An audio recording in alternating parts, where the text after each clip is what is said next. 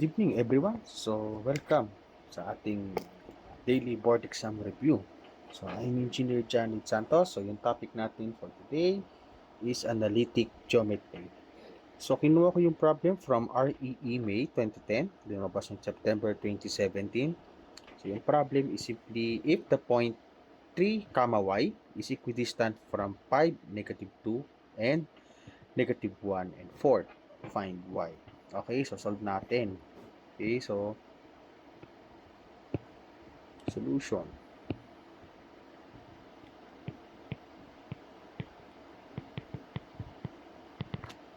Okay, so pag-usapan natin yung distance formula, so mas maganda i-plot muna natin yung problem. Okay, x and y axis. Okay, so 5 and -2, 1, 2, 3, 4, 5, then -2, 1, 2. Plot natin. Positive dito. And then -1. And then positive 4. 1, 2, 3, 4. This is the other point. No? So then, sabi niya, meron ka daw point na 3, y. So, 1, 2, 3.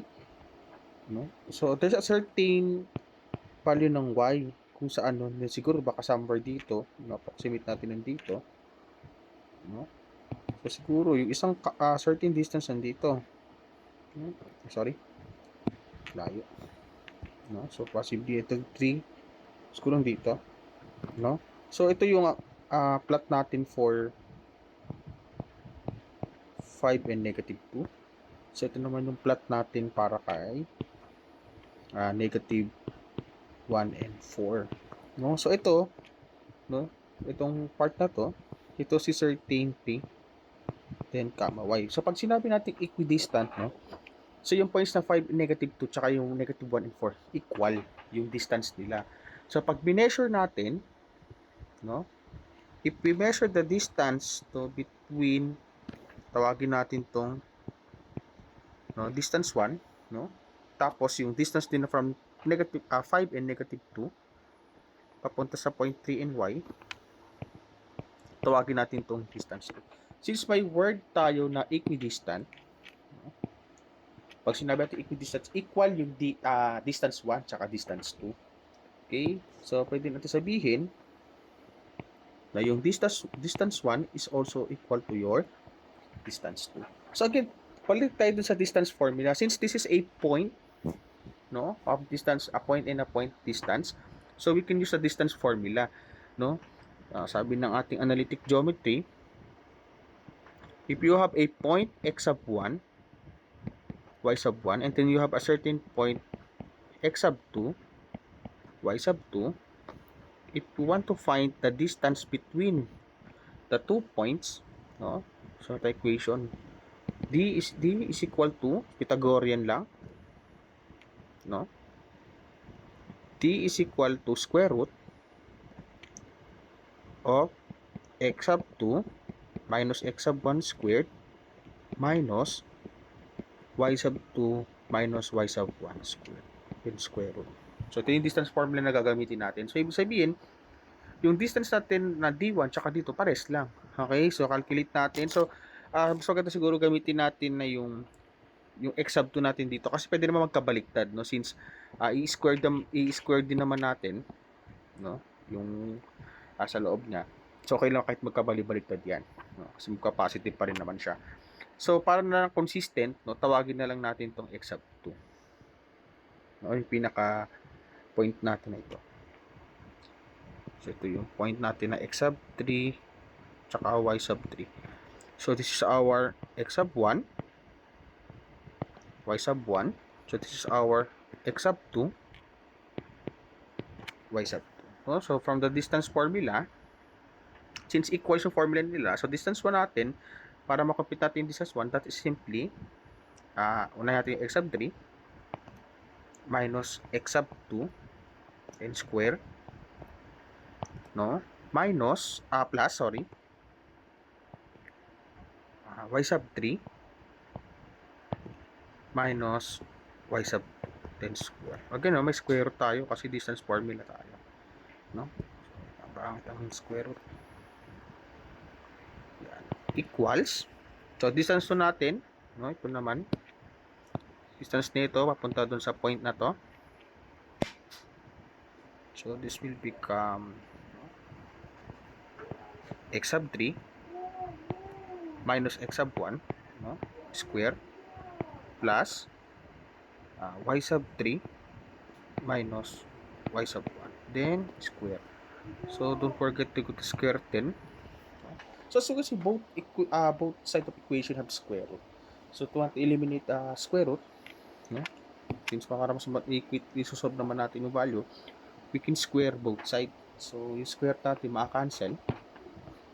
So, this will become x sub 3 minus x sub 2 squared plus y sub 3 minus y sub 2 squared equals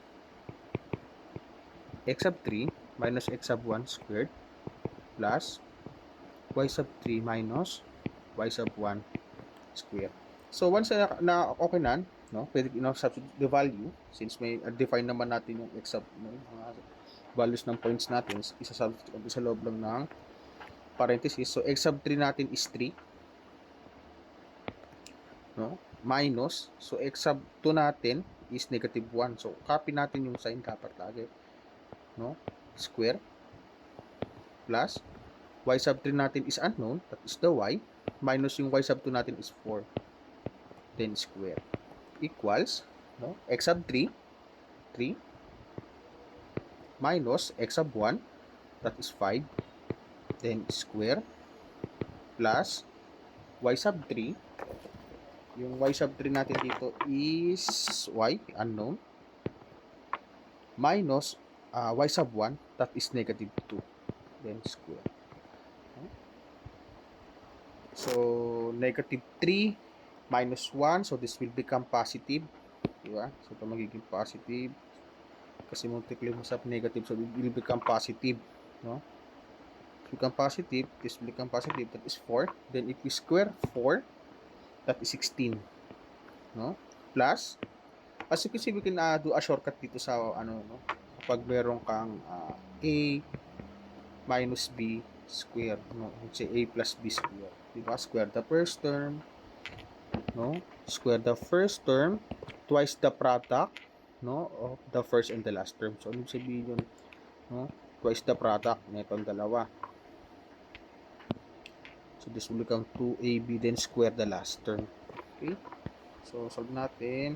Square the first term, y squared. Then, twice the product of the first and the last term. That is 2. No, parang ganito lang, para shortcut. 2 times y. That is 2y. Times negative 4. That is negative 8y. No? Then, square the last term. Negative 4 times negative 4 is positive 16. Then, 3 minus 5. That is negative 2. No? So, negative 2 yung square natin, no, so magiging 4. While in this term, as you can see, this will become positive. So, multiply. So, ganun pa rin yung rules natin. No? Square the first term, y squared, no, plus y squared, twice the product of the first and the last term. So, that is 2 times y times positive 2.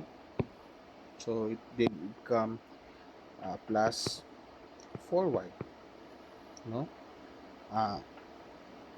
The square the last term plus 4. So, as you can see, both term have y squared. So, maka-cancel out yan.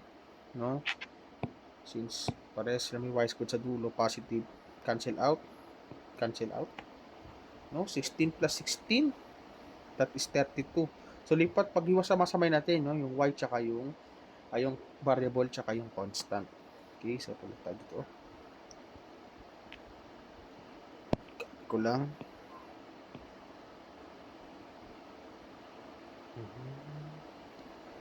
Okay, copy. Paste yan. Ito, para madali mag-solve.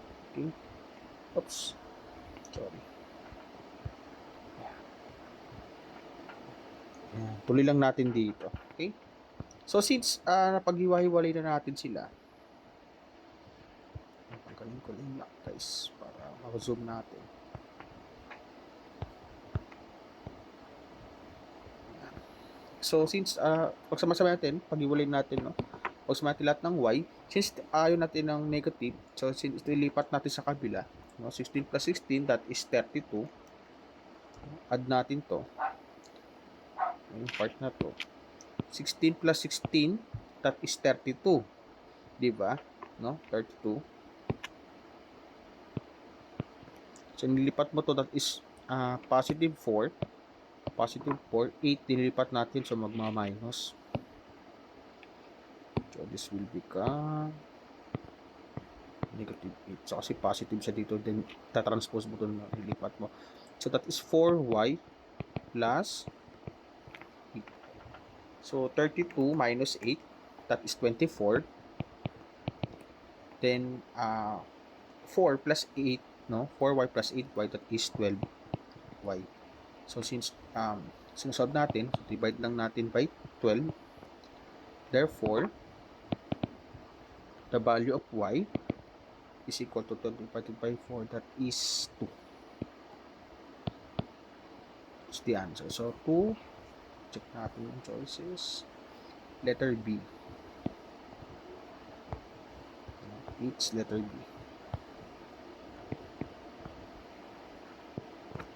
Thank you.